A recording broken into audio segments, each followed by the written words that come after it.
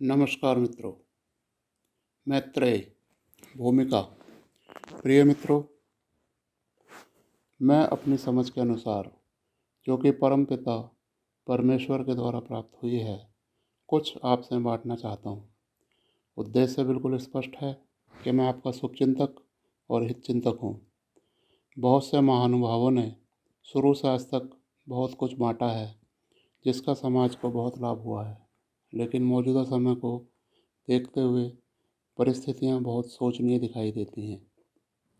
उपरोक्त विचारधाराओं पर निरंतर काम करना जरूरी है, क्योंकि समस्याएं रोज नया रूप लेकर आती हैं और समाधान भी रोज नए मिलने चाहिए। ये समाधान हैं या नहीं, इसका फैसला पाठकगण करेंगे, परंतु इतना भी कहना चाहूँगा कि प्रयोग करने में कोई हर्ज नहीं है। भगवान बुद्ध से किसी ने पूछा था कि सत्य क्या है, तो उन्होंने उत्तर दिया कि जिसका उपयोग हो वही सत्य है। तो प्रिय मित्रों, यदि आप मेरी आगे आने वाली नियमावली पर ठीक से अमल करेंगे तो सफलता निश्चित मिलेगी, क्योंकि मैंने पहले स्वयं इन पर प्रयोग किया है और अद्भुत लाभ पाया है। और यह प्रत्येक मनुष्य का कर्तव्य है कि वह अपने लाभ को प्रत्येक मनुष्य के साथ बांटे। मेरी समझ में यही मानवता है। पुस्तक का नाम मैत्रेय रखा गया है। इसका कारण है, हम जब इस संसार में प्रवेश करते हैं तो हमें रिश्ते रेडीमेड मिलते हैं, जैसे माता पिता, भाई बहन, रिश्तेदार, गुरु। यहाँ गुरु से तात्पर्य अध्यापक से है। असली गुरु वाला विषय बहुत बड़ा है। उस पर यदि आपकी आज्ञा हुई तो अलग से पुस्तक लिखूँगा। तो सभी रिश्ते बने बनाए मिलते हैं, परंतु मित्र बने बनाए नहीं मिलते। मित्रता कमानी पड़ती है। सच्चे मित्र बड़ी मुश्किल से बनते हैं, परंतु उनका एक लाभ यह भी है कि आप अपनी हर समस्या पर उनके साथ चर्चा कर सकते हैं। यह लाभ आप अन्य किसी रिश्ते के साथ नहीं ले सकते। पुस्तक 7 चरणों में है। प्रत्येक चरण को अपने पिछले चरण को पूरा करने के बाद शुरू करें। इस प्रेरणादायक संदेश को पूरा करने के लिए आपको सभी चरणों को ध्यानपूर्वक पढ़ना होगा। पहले चरण को प्रयोग में लेकर यदि लाभ हो तो आपको आगे के चरण पर जाना है। जल्दबाजी नहीं करनी है। अपने आप को पूरा समय देना होगा और भरोसे से आगे बढ़ना होगा। विश्वास कीजिए, सब कुछ बदल कर ऐसा हो जाएगा कि आप आश्चर्यचकित रह जाएंगे। मैं यह कोई पुस्तक के प्रचार के लिए नहीं कह रहा हूँ। मुझे यह परिणाम सचमुच उपलब्ध हुए हैं, और जो मुझे उपलब्ध हो सकता है वह सबको हो सकता है। तो प्रिय मित्रों, आइए कुछ ऐसा करते हैं जो फल भी दे और मिठास भी।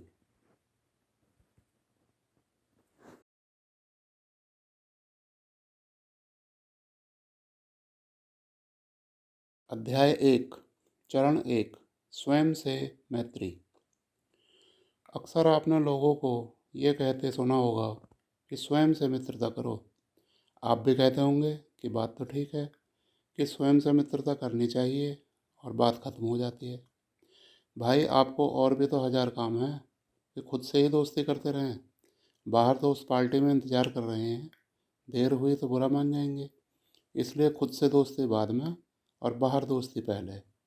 क्या आपको नहीं लगता कि पहला चरण ही स्किप हो गया? आपने कभी खुद को वक्त दिया ही नहीं। कभी कभार शीशे के सामने दाढ़ी बनाते देखा कि अरे, कनपट्टी के पास वाले बाल सफ़ेद हो गए। आप उन्हें बूढ़े बाल भी कह सकते हैं।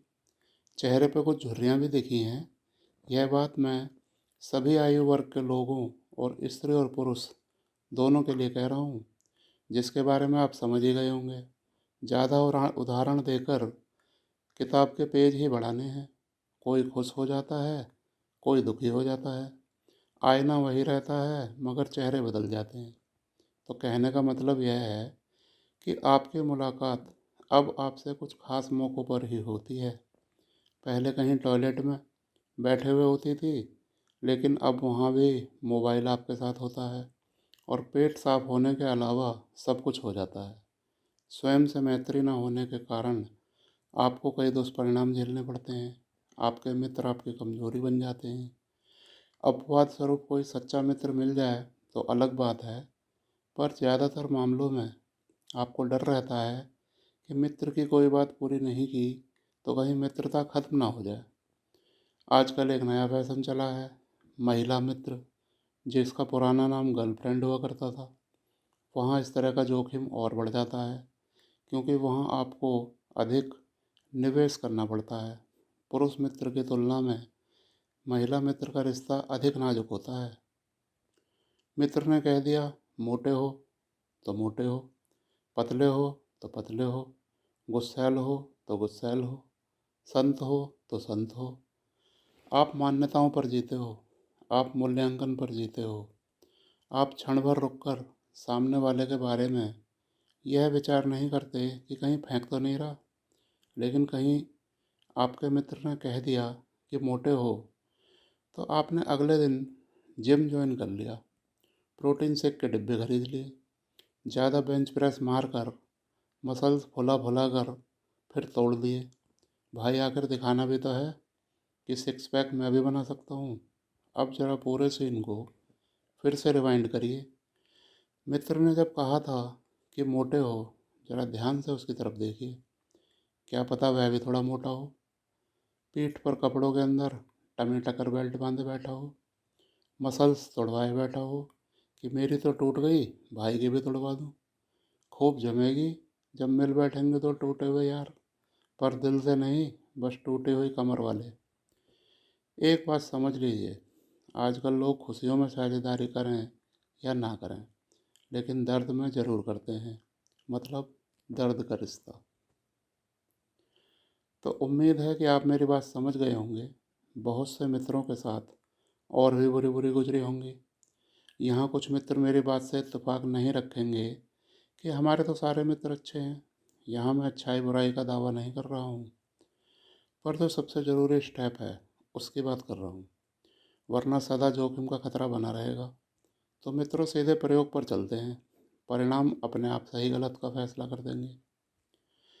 इस पहले चरण में सुबह उठकर जब आप शीशे के सामने जाएं, तो पहले एक क्षण खुद को देखें, सिर्फ देखें। मोटे पतले की व्याख्या ना करें, मुस्कुराएं और खुद को गुड मॉर्निंग करें। और जो भी आपका नाम हो कहें, mister x, have a good day, और फिर आगे बढ़ें। टॉयलेट में मोबाइल ना ले जाएं। मन बहुत होगा, थोड़ी बेचैनी भी होगी कि कितने लाइक्स मिले, पर ना ले जाएं। तसल्ली से ढीले होकर बैठें, पेट को साफ होने दें, फिर आराम से दांत साफ करें, मुंह धोएं, आराम से नहाएं, पानी को फील करें। बाहर आएं, मैडम चाय ले आई होंगी, मुस्कुराकर गुड मॉर्निंग करें, चाय पीकर थैंक यू बोलें। शुरू में शिष्टाचार लगेगा, पर थोड़े दिन बाद खुश होकर भी करेंगे। आराम से नाश्ता करें, ऑफिस निकलें, ऑफिस में सबको गुड मॉर्निंग करें, मुस्कुराहट भी करें। अपने टेबल पर अपने कार्यों को प्रायोरिटी बेस पर अरेंज करें, फिर करें। बॉस भी सेटिस्फाई रहेंगे। शाम को घर आएँ, मैडम फिर से चाय के साथ मिलेंगी, मुस्कुराकर फिर गुड इवनिंग करें। पहले अपने बैग को यथास्थान रखें, फिर अपने कपड़े बदलें, आरामदायक कपड़े पहनें, तसल्ली से चाय पिएं, थोड़ा विश्राम करें। पत्नी जी से पूछें उनका दिन कैसा रहा, अपना दिन बताएं, कोई समस्या हो तो सॉल्यूशन निकालें। उसके बाद बच्चों से मिलें, बच्चे बन जाएं, हंसें, खिलखिलाएं, उनके होमवर्क में हेल्प करें, उन्हें आश्वस्त करें कि वे कोई भी हेल्प आपसे ले सकते हैं। फिर रात का भोजन सब एक साथ लें। इसे आप प्रीति भोज भी कह सकते हैं, जो कि दावतों में लोग मिलकर खाते हैं।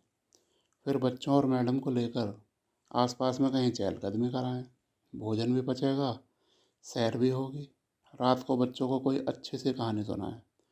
ना आती हो तो मोबाइल से पढ़ के सुना दें। यह सिर्फ लाइक्स देखने के लिए नहीं है, उसमें और भी गुण हैं, उनका उपयोग कीजिए। रात को सबसे गुड नाइट करिए और सो जाएं। सोने से पहले खुद को गुड नाइट करिए, तभी आपके दिमाग में एक बात कौंधेगी कि आपने खुद को कहा था mister x, have a good day, और अब आप मीठी नींद में चले जाएं। सुबह की गुड मॉर्निंग आपका इंतज़ार कर रही है। आप कहेंगे इसमें नया क्या है, फिजूल नाटकबाजी है, घर में क्या गुड मॉर्निंग और क्या थैंक यू। मेरा काम पैसा कमाना है, मैडम का काम है घर संभालना, इसमें थैंक यू कैसा। तो मित्रों, मेरी दो बातें अमल करके देखें। पहले तो साक्षी तंवर जी की शॉर्ट मूवी घर की मुर्गी देखें। यदि फिर भी समझ ना आए तो ऑफिस से 10 दिन की छुट्टी लीजिए और मैडम को उनके मायके भेज दीजिए और उतना ही काम कीजिए जितना मैडम करती थी, न कम न ज़्यादा। मैं दावे से कहता हूँ कि 10 दिनों में ही आपको ज्ञान उपलब्ध हो जाएगा। 11वें दिन आप पत्नी जी को स्वयं लेने जाएंगे। वे आपको देख के मुस्कुराएंगी, मन में कहेंगी, कहिए कैसा महसूस कर रहे हैं। लेकिन आप मुस्कुरा कर कहेंगे कि घर चलो, तुम्हारे बिना सब सूना सूना लग रहा है। घर जाकर वे जैसे ही काम संभालेंगी, आपको मोक्ष प्राप्ति का अनुभव होगा। और जब वे चाय लेकर आपके पास आएंगी तो आपके मुंह से सत्य वचन निकलेगा, थैंक यू डियर। अरे यह क्या, आपने तो थैंक यू के साथ डियर भी लगा दिया। अभी तो पता नहीं क्या क्या बोलेंगे, डार्लिंग, बाबू, सोना, बॉस, आदि आदि। लेकिन अब की बार निकलेगा दिल से। तो मित्रों, एक्शन मोड में रहिए, एनालिसिस मोड में नहीं। प्रयोग करते रहिए, जो मैंने बताया है उस पर प्रतिदिन निरंतर लगे रहिए। कुछ ही समय में आप आश्चर्यजनक परिणाम प्राप्त करेंगे। 3 महीने बाद आपको जो मैंने 24 घंटे की नियमावली बताई है उस पर फिर ध्यान रखने की ज़रूरत ना होगी। यह काम ऑटोमेटिक होंगे, जिनके कल्पना से अधिक अच्छे परिणाम प्राप्त होंगे। पता चला कि मैडम और आप किचन में गाना गाते हुए भोजन पका रहे हैं। आपने अपना ध्यान रखना शुरू कर दिया है। आप परफेक्ट डाइट लेते हैं, नशा छूट गया, सिगरेट छूट गई, बेकार दोस्त छूट गए। आपके लिए आप और आपका परिवार महत्वपूर्ण हो गया। शाम को पत्नी और बच्चे आपका इंतज़ार कर रहे हैं कि कब आएंगे। लेकिन मित्रों, पहले करने से होगा, फिर अपने आप होगा। आपकी मैत्री विस्तार पकड़ेगी। धन्यवाद। अध्याय 2, चरण 2, परिवार से मैत्री। दूसरा चरण है परिवार से मैत्री। आप कहेंगे कि परिवार से मैत्री तो पहले ही चरण में हो गई थी, अब दोबारा से मैत्री क्यों? परिवार का अर्थ वैसे तो बहुत व्यापक है। जैसे कहा गया है, वसुधैव कुटुम्बकम, अर्थात सारा जगत अपना परिवार है। लेकिन यहाँ अभी आपको इतना बड़ा परिवार संभालने की ज़रूरत नहीं है, वह बाद में। अभी केवल अपने परिवार से जुड़ने की ज़रूरत है, जिसमें आते हैं आपके माँ बाप, भाई बहन और रिश्तेदार। अक्सर देखा जाता है कि अधिकांश परिवारों में रिश्ते बिगड़ जाते हैं, कहीं जायदाद, कहीं लेन देन या कोई अन्य कारण। आपको लगता है कि पिताजी ने जायदाद में ठीक से बंटवारा नहीं किया, या किसी रिश्तेदार ने चुगली लगाकर झगड़ा करवा दिया, और अब आप उनकी ज़िंदगी में शक्ल नहीं देखेंगे, आदि आदि। सारा जीवन नाराज़गी में ही चला जाता है। फिर अंत में लगता है कि अरे, थोड़ा हम झुक जाते तो क्या चला जाता। कुछ परिवार अपवाद स्वरूप हो सकते हैं, पर अधिकतर हालात यही हैं। ये सारे संबंध शादी समारोह में और अधिक भयानक रूप ले लेते हैं। कहीं मौसा नाराज़, कहीं फूफा नाराज़, खुशियाँ कम और रायता ज़्यादा फैलता है। तो समाधान क्या है? समाधान है, पहल करें। यदि परिवार में या रिश्तेदारी में कोई भी ऐसी चीज़ लगती है कि ये आगे जाकर बड़ा रूप ले सकती है, तो शुरू में ही अमुक व्यक्ति से बैठकर बात करें। अपनी गलती हो तो तुरंत क्षमा मांगें, और उनकी गलती हो तो उन्हें एहसास करवाएं। मधुरता से उन्हें अपनी बात कहने को आज़ाद रखें, थोपे नहीं। इस प्रकार समाधान भी निकल जाएगा और भविष्य में कोई बड़ा झगड़ा पैदा नहीं होगा। तो गड़बड़ होते ही तुरंत पहल करें, इंतज़ार ना करें। हो सकता है कि सामने वाला भी इंतज़ार कर रहा हो और गाड़ी छूट जाए। कभी कभी छोटी गलतफहमियाँ बड़ा रूप ले लेती हैं, छोटे छोटे मजाक गंभीर रूप ले लेते हैं। याद है, महाभारत में द्रौपदी ने दुर्योधन को अंधे का पुत्र अंधा कह दिया था तो कितने लोगों को अपनी जान गंवानी पड़ी। इसी प्रकार आप भी ध्यान रखें।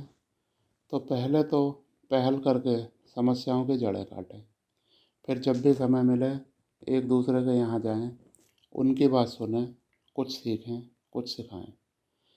उनकी यदि किसी प्रकार से मदद कर सकते हैं तो करें। मदद सिर्फ पैसे से ही नहीं होती, उपलब्धता से भी होती है।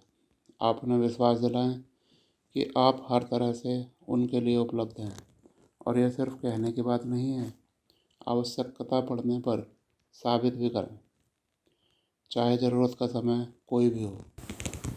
मैत्री का अर्थ ही ये है कि हर समय साथ देना। आप कहेंगे तो क्या ज़रूरत पड़ने पर छुट्टी लेके जाएं? जी हाँ, अवश्य जाएं, वरना ज़रूरत पड़ने पर छुट्टी उन्हें भी नहीं मिलेगी। फिर आप कहेंगे वक्त पर कोई काम नहीं आता, तो पहले पहल सदा आप करें। यकीन करें, इस प्रकार लगातार प्रयोग करने से एक समय ऐसा आएगा कि आप अनायास ही सभी के लिए उपलब्ध रहेंगे। आपकी भूरी भूरी प्रशंसा होगी, आप सम्मानित रहेंगे, परिवार में आपकी मिसालें दी जाएंगी। इस प्रकार आप दूसरे चरण को भी उत्तीर्ण कर लेंगे। धन्यवाद।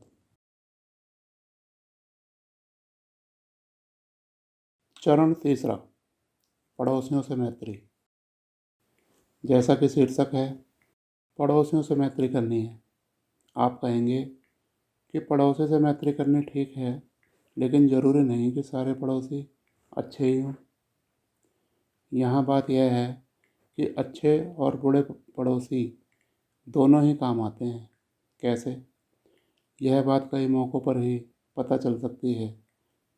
जिन्हें हम बहुत बुरे पड़ोसी समझते हैं, वे कई बार बहुत अच्छे निकलते हैं, और हम कहते हैं यह तो हमारी सोच से बिल्कुल उलट निकला। तो पड़ोसी से मैत्री कैसे करें? वैसे ही जैसे पिछले 2 भागों में आपने खुद से और परिवार से की थी। आप सिर्फ पहल करें, पड़ोसी को विश करें, उनकी परेशानियों में उन्हें मदद करें, त्योहारों पर ठीक से बधाई दें। आप कहेंगे यह तो हम करते हैं, पर अब करना है दिल से। दिल से दिल तक का सफ़र जब पूरा होगा तो आप पाएंगे कि पड़ोसी भी आपका परिवार है। आप दिल से जुड़ेंगे, फिर मोहल्ले में प्रीति भोज होंगे, हंसी मजाक होंगे, बच्चे आपस में खुलकर खेलेंगे, नॉलेज शेयर होगी और दिलों का विस्तार होगा। गली में निकलते वक्त लोग हंसी खुशी मिलेंगे। आपातकाल में पड़ोसी ही पहले आते हैं, रिश्तेदार बाद में। अभी कुछ ही दिन पहले की बात है, हमारे पास में एक अग्रवाल जी रहते हैं। मेरी पहले उनसे ज़्यादा बात नहीं हुई, लेकिन एक दिन मेरे दिल की धड़कन अचानक बढ़ गई। मैंने उनसे संपर्क किया तो तुरंत अपनी गाड़ी से मुझे लेकर गए हॉस्पिटल में, सारी भागदौड़ की और सकुशल मुझे घर लेकर आए। आप बताएं, क्या प्रेम कहीं धर्म, जाति या रिश्तों का मोहताज है? यह तो सर्वव्यापी है। अग्रवाल जी ने मुझे अपने प्रेम से जीत लिया। अब मैं आजीवन उनका मित्र रहूँगा।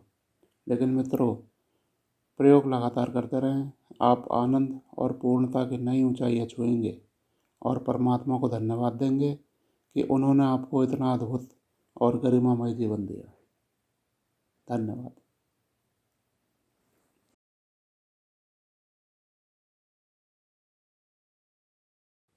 अध्याय 4, चरण चौथा, समाज से मैत्री। प्रिय मित्रों, चौथा काम है समाज से मैत्री। आपको समाज से मैत्री करनी है। आप कहेंगे कि हमारे तो अपने समाज में अच्छी उठ बैठ है, हमारा तो क्षत्रिय समाज, वैश्य समाज या ब्राह्मण समाज या दलित समाज है। तो मित्रों, ये समाज नहीं है, ये एक अलगाव है जो एक दूसरे को अलग कर देता है। मैं एक उदाहरण के द्वारा स्पष्ट कर देता हूँ कि जब प्रथम अंतरिक्ष यात्री यूरी गैगरिन ने अपने अंतरिक्ष यान से प्रथम बार पृथ्वी को देखा तो वह इतनी सुंदर दिखी, तो उसने अपने मुंह से वचन निकाला कि मेरी पृथ्वी। उसके बाद जब वह अपने देश में उतरा तो बोला मेरा रूस। और जब अपने शहर में पहुंचा तो बोला मेरे लोग। तो आपने क्या देखा कि पृथ्वी से अपने लोगों तक सिकुड़ गया। ऐसे ही आप अपने समाजों में सिकुड़े हुए हैं। प्रकृति कुछ भी भेदभाव नहीं करती, तो हम क्यों करते हैं? अगर हमारे घर के पास पार्क में गंदगी हो तो बीमारियां क्या किसी खास समाज के लोगों को लगेंगी या सभी को? यहाँ मेरा तात्पर्य यह है कि जितने लोगों को मैं अपने सगे संबंधियों के अलावा जानता हूँ वे सभी, और जितने लोग मेरे वास स्थान के पास रहते हैं जैसे कोई ब्लॉक या सेक्टर के सभी लोग मेरा समाज है। मुझे उससे मित्रता बढ़ानी चाहिए। जैसे मैं डेली व्हाट्सएप पर गुड मॉर्निंग और हैव ए गुड डे कर सकता हूँ, मैं उनसे कोई इम्पोर्टेंट इन्फॉर्मेशन शेयर कर सकता हूँ।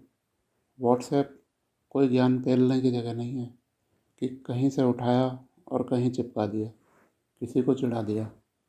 ये सब चीज़ें बच्चों को तो चलती हैं लेकिन बड़ों को नहीं। मदद सच्ची होनी चाहिए, साइज़ मैटर नहीं करता। तो आप पहल करें, समाज के लोगों से मिलें, जुलें, डिस्कशन करें, सेक्टर के लिए क्या अच्छा कर सकते हैं उसके लिए प्रयास करें। ये RWA का अकेले का काम नहीं होता, सभी लोगों को मिलकर सामूहिक प्रयास करना चाहिए। फिर आप धीरे धीरे देखेंगे कि आपका परिवार आपके समाज के बीच सुरक्षित और आनंदित है। तो चलिए, शुभ काम में देर कैसी। धन्यवाद। अध्याय 5, पांचवा चरण, देश से मैत्री। प्रिय मित्रों, देश से मैत्री आपका अगला कार्य है। यहाँ देश से मैत्री का मतलब देशभक्ति से थोड़ा कम है, क्योंकि पहला देशभक्त तो देश का सैनिक होता है जो सीमाओं पर रात दिन पहरा देता है, सर्दी गर्मी को झेलते हुए लड़ाइयाँ झेलता है और जान भी न्यौछावर कर देता है। इसे देशभक्ति कहते हैं। आप शुरुआत देश से मैत्री करके कर सकते हैं। जैसे आप अपने घर के आसपास सफाई करते हैं, टीम बनाकर दूर तक भी जाकर सफाई कर सकते हैं। लोगों को सुरक्षा के प्रति जागरूक कर सकते हैं। बच्चों को कुछ अच्छी आदतें सिखा सकते हैं। कहीं कुछ असामाजिक घट रहा हो तो पुलिस को सूचना दे सकते हैं। किसी अज्ञात व्यक्ति को हॉस्पिटल पहुंचने में सहायता दे सकते हैं। किसी महिला के साथ कोई छेड़छाड़ कर रहा हो तो आप उसे रोक सकते हैं। ऐसे अन्य अनेक ढेरों कार्य हैं। जैसे आप किसी सार्वजनिक संपत्ति को खराब करने वालों को रोक सकते हैं। आप ट्रैफिक के नियमों का ठीक से पालन कर सकते हैं और दूसरों को भी सिखा सकते हैं।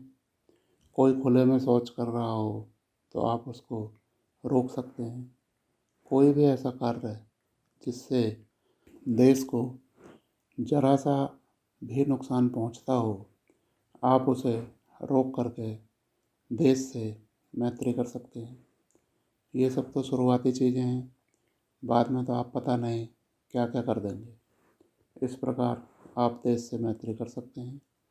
आप कह सकते हैं कि इस सब के लिए आपके पास समय नहीं है, लेकिन यदि आपने पिछले 4 चरण पूरे किए हैं तो यह सवाल उठेगा ही नहीं, क्योंकि आपके अनावश्यक कार्य बंद हो जाएंगे और आपके पास सकारात्मक काम करने के लिए बहुत समय होगा और आप करते हुए आनंदित भी होंगे। फिर थकान नहीं होगी, बल्कि ऊर्जा बढ़ेगी, आप में आत्मबल बढ़ेगा। और सबसे बलवान वही होता है जिसमें आत्मबल हो, वरना लोग ताकतवर शरीर होते हुए भी सोते रहते हैं। धन्यवाद। अध्याय 6, चरण 6वां, संसार से मैत्री। प्रिय मित्रों, हम अपने सेकंड लास्ट चरण तक आ पहुँचे हैं। यदि अब तक आपने पिछले 5 चरणों का भली भांति पालन किया है तो आप अपने आप ही इस 6वें चरण पर आ जाएंगे। जैसे कोई एक एक सीढ़ियाँ चढ़े तो अपने आप ही छत के पास आ जाएगा। मित्रों, देश और विदेश मनुष्यों ने ही बनाए हैं। विदेशों में भी मानव ही रहते हैं, बस रंग, भाषा, संस्कृति अलग अलग हैं, लेकिन सभी के आकार एक से हैं। इसलिए हमें इन सीमाओं के पार जाना चाहिए। इसका अर्थ यह नहीं है कि आप बिना वीज़ा के पाकिस्तान चले जाएं। ऐसा किया तो धर लिए जाएंगे। मेरा मतलब है कि संसार के सभी मानवों में एक ही परमात्मा का वास है। बहुत से लोग कहेंगे कि वे परमात्मा को नहीं मानते, तो मेरा कहना यह है कि वह इंसानियत को तो मानते ही होंगे। तो हमारा कार्य है कि हम सारे संसार के लिए भावनाएं भेजें कि सभी देशों के लोग अमन चैन से रहें, समृद्ध हो, जिससे समाज के, संसार के सभी देशों के बीच व्यापारिक, सांस्कृतिक, आर्थिक संबंध बने और मजबूत हो। आप सोच सकते हैं कि कोई मरे या जिए, अपने को क्या, मैंने क्या सारी दुनिया का ठेका ले रखा है। तो मित्रों, अमेरिका में कुछ होने पर भारत की शेयर मार्केट पर असर क्यों पड़ता है? रशिया यूक्रेन युद्ध का असर, इजराइल हमास का असर क्यों पड़ता है? क्योंकि सब आपस में जुड़े हुए हैं और असर से कोई बच नहीं सकता। आप सीधे प्रार्थना करें कि संसार में शांति, चैन हो जाए, तो विश्वास करें हो जाता है। लेकिन विश्वास सच्चे दिल से हो। यहाँ मुझे स्वामी विवेकानंद जी की एक घटना याद आती है कि एक बार अमेरिका में उन्होंने अपने व्याख्यान में कहा था कि मेहनत सच्ची हो, भावना सच्ची हो तो रास्ते के पहाड़ हट जाते हैं। वहाँ एक बुढ़िया बैठी थी। उसके घर के पीछे 2 पहाड़ थे जिनसे सूर्य की रोशनी भी नहीं आ पाती थी।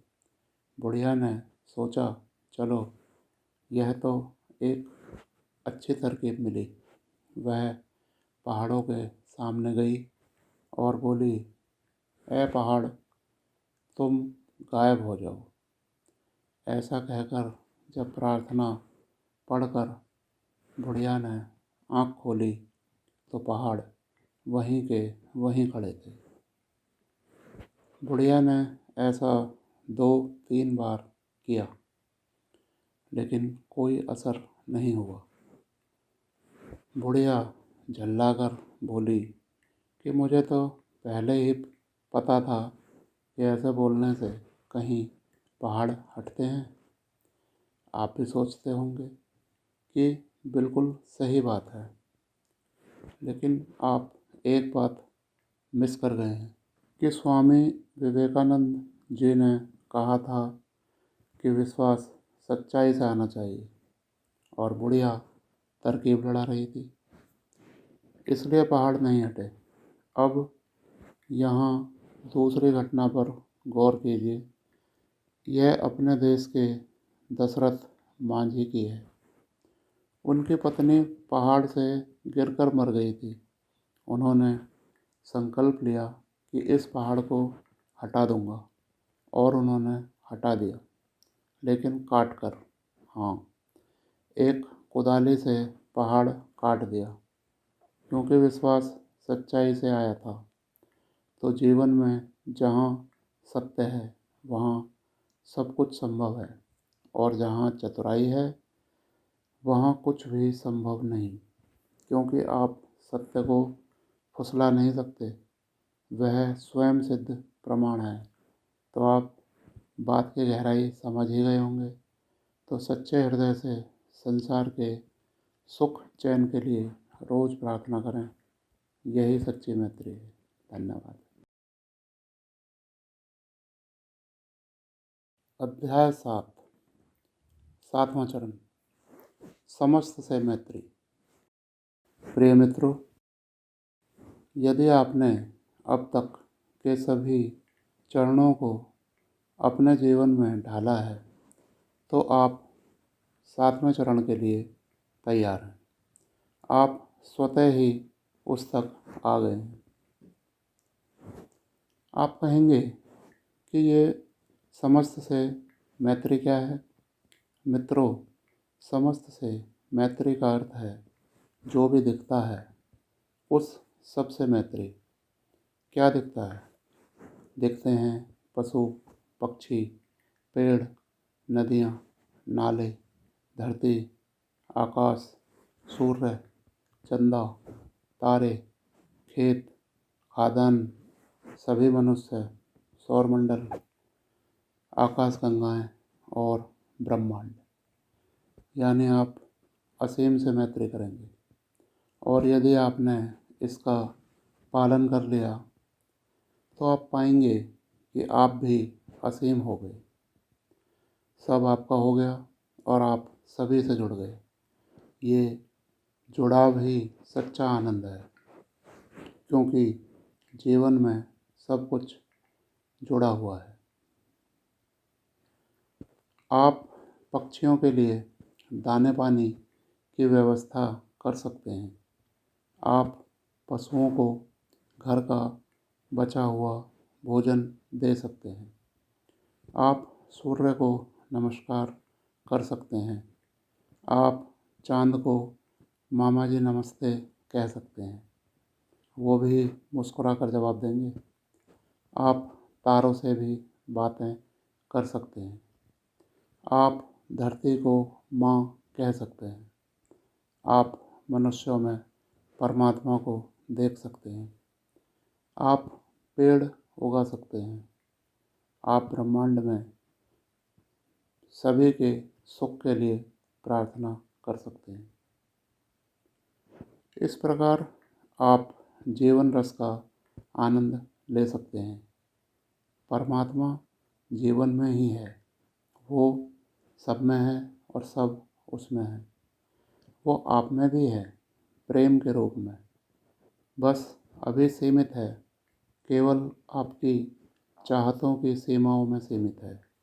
आप सीमाएं तोड़ें और समस्त से जुड़ जाएं, फिर आप देखेंगे कि परमात्मा खुद आपका ख्याल रख रहे हैं, क्योंकि जानने वालों ने कहा है कि हम परमात्मा के संतान हैं और इसलिए उन्हें हम परम पिता कहते हैं, क्योंकि वो पूरी सृष्टि के पिता हैं। और यदि आपने समस्त से मैत्री की तो समझो परमात्मा से ही मैत्री कर ली। और जब वे ही मित्र बन गए तो कहना ही क्या। तो मित्रों, बस यहाँ मैं अपने लेखनी पर विराम लगाता हूँ। विषय तो इतना बड़ा है कि हजारों पन्ने भी कम हैं, परंतु शुरुआत के लिए इतना काफ़ी है।